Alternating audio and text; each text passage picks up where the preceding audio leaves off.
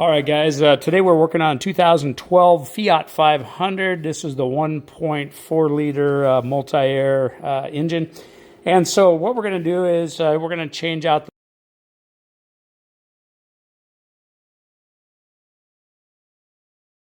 All right, so the first thing that we're going to do is let's get underneath the vehicle and start draining the radiator.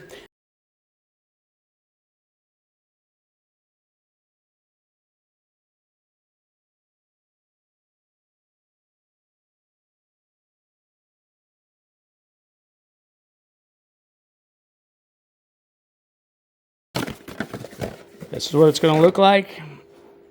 It comes as one whole unit. So the temp sending unit is already in.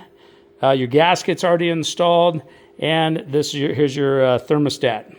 All right, so what we're going to do is, now that we got it draining on the bottom, let's go ahead and just pop up. This is your engine cover.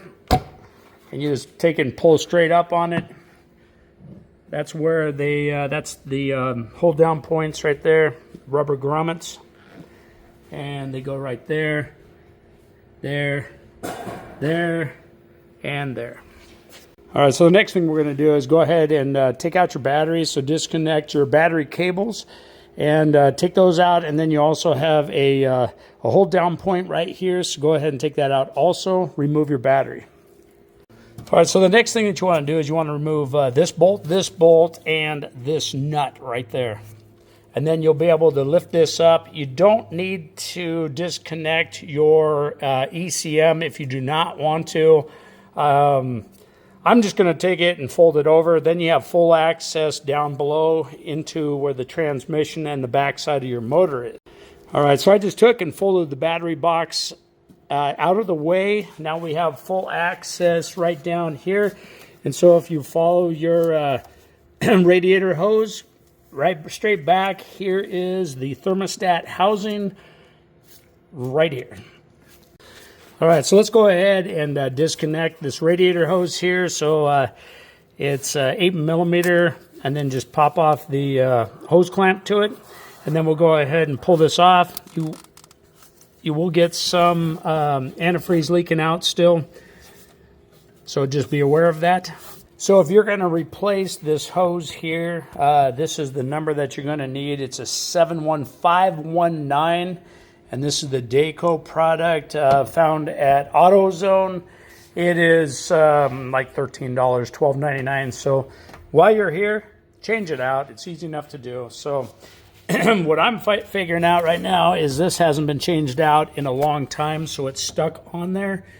And so what I'm going to do is I'm just going to take a razor blade and I'm going to cut it. All right, so let's go ahead and take this bolt off there. It is a Torx head, and it is a T27. There you go. So what we're going to do is just go ahead and remove this bolt here. I already got it loose, so go ahead and just take it off.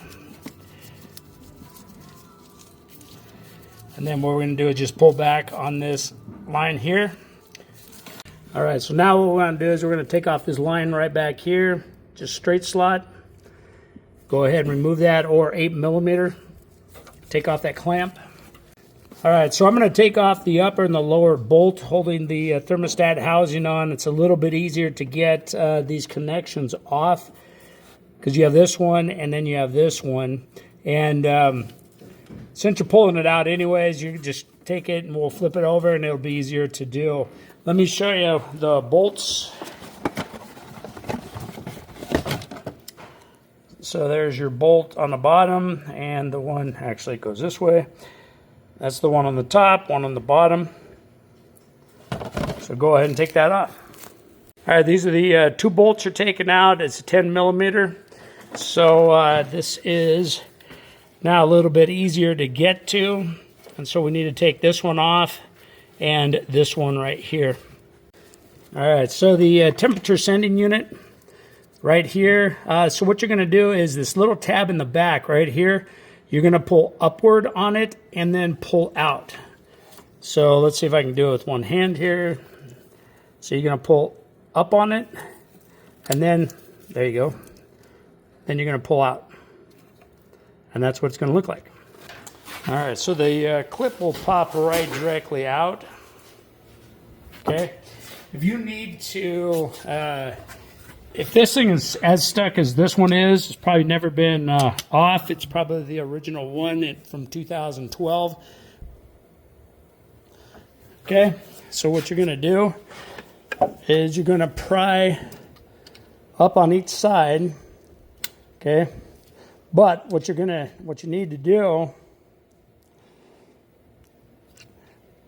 is keep going on one side and then on the other until it pops off.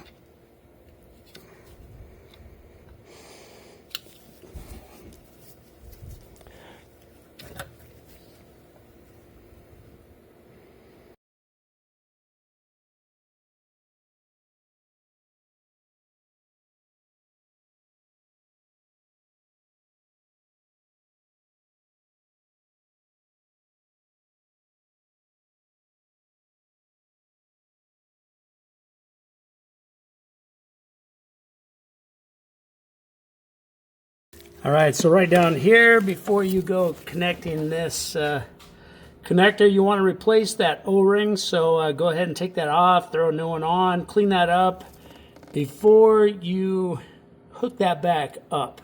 Use a little wire brush just to clean it up, and you can do the same over here. Make sure you clean it off.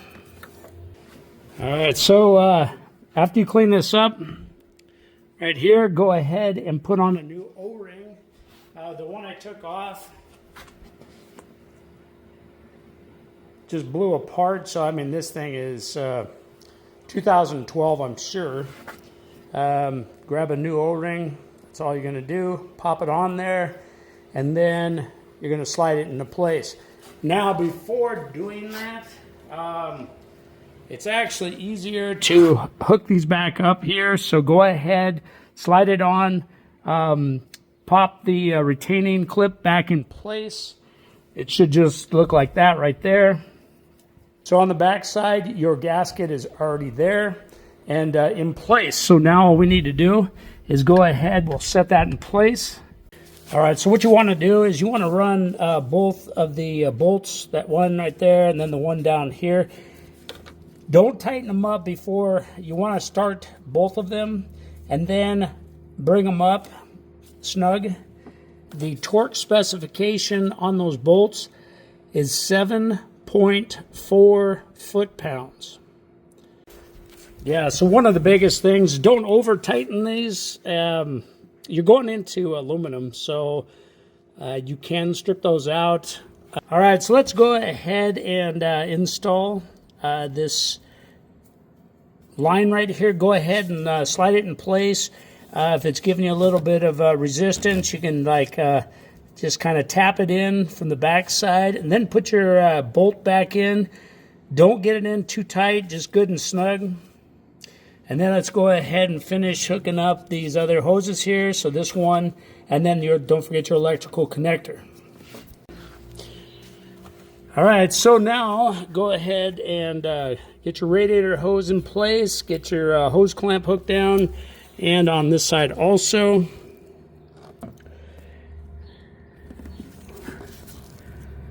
Right like that. Shut the petcock off down below here, so we want to make sure that is done and completed. And then we can fill it up, make sure that there's no leaks here.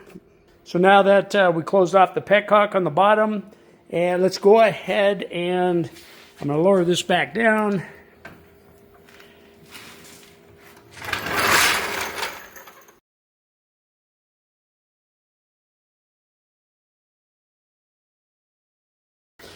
All right, so as you're filling this up, it's going to burp, and so then the fluid is going to drop, so just maintain your fluid level in here. You're also going to come over here and you want to just run your hand around underneath the new parts that you just put on. Make sure that everything is sealed up good, it's not leaking at all, and if it is, address the issue, just tighten up a hose clamp or a bolt or whatever needs to be done. All right, so let's go ahead and start lowering this back down into place. You want to run your This is just a little drain. Just run it down through. So as it's going down, just feed this thing down through the base there. And all right, so now you're on the home stretch. So let's go ahead and put the nut back in. And let's just start all the bolts.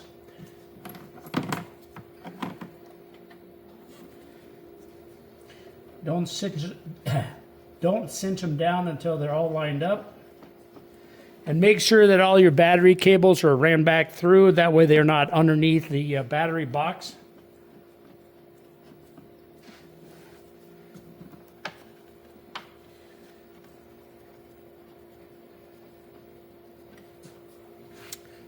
Okay, now that they're started, let's go ahead and cinch them down.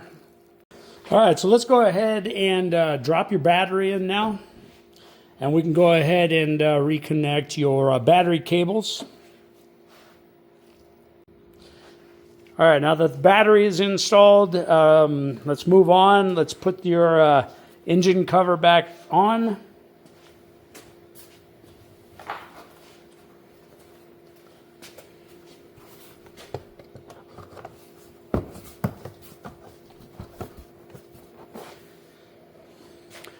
All right, so next, what we want to do, we want to start the engine, and let's get that water circulating through it.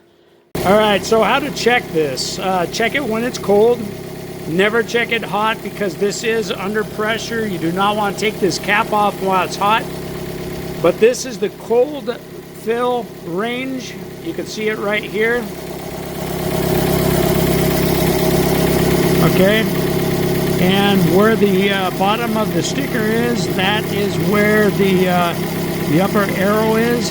So that's where you want your maximum antifreeze level to be. And the low is basically on this ridge right here. All right, so the last thing that we want to do, now that it's filled up here, we want to go ahead and put your radiator cap back on. Check it tomorrow morning, so when you wake up, everything is cold. Then check it and see where it's at. So, anyways, there you go. It is now complete. Okay, so what you're going to do is you're going to come down here and find the menu. Okay, then you're going to hit the plus arrow. Okay, and then you're just going to start going through. All right, until you find date. There you go. So now we're going to set the date. You want to hit menu again. Okay, so there is the date. So we are going to select the year first. Okay, hit the menu button again. Okay, now the day.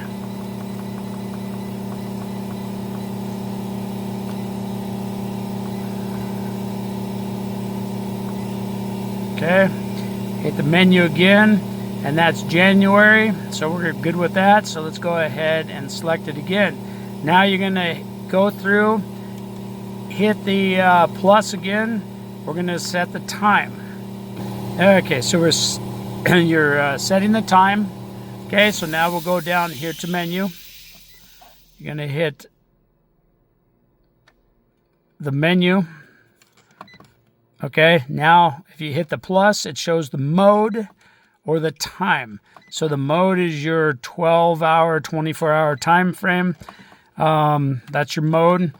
If you go time, that's what we want. So hit the menu on that. Now we can go ahead and select. You can also hold the button down too if you want. If you go past it, you just hit the other button here. So we're at 4. Okay, hit the menu.